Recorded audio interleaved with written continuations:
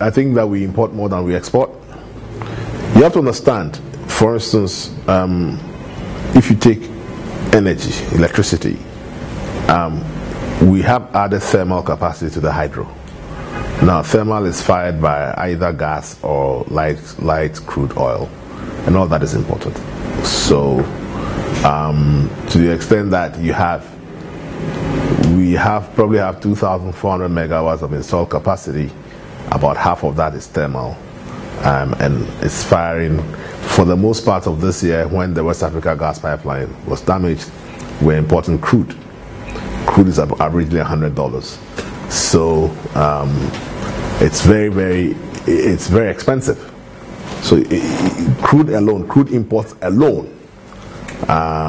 would worsen the balance of trade. I think that what we're doing now is more like the royalty for, I forget the numbers, but for every 100 barrels, probably government ends up with 22 barrels or something like that in taxes and royalties. So the oil really does not belong to government, it belongs to the company which is mining it. I think that in the beginning what they did was to use the old Mining Act, which was what was applicable to the gold industry.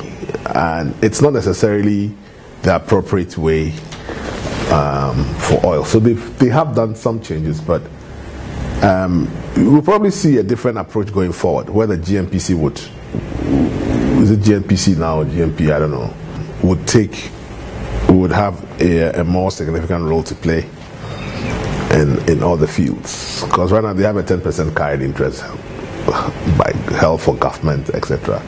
But I think that we must understand that it's a capital-intensive industry, and if we want to make the most out of it, then you must actually own it and pay contractors to mine it for you for a fee.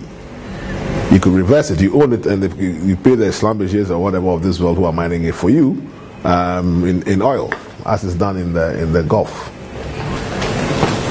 Now, the way it's struck, there is a local content law which I do not believe includes banks. So, if you take a Talu, for instance, they don't deal with any local banks. They want to deal with your Stanchart or Barclays or whoever that they know from overseas that they came in with, which is unfortunate, because like I keep saying, development is not by accident. If you want to develop your financial sector, you must make it possible for your local banks to enter into those areas and develop the skills and the capital to be able to compete effectively in those segments of the economy.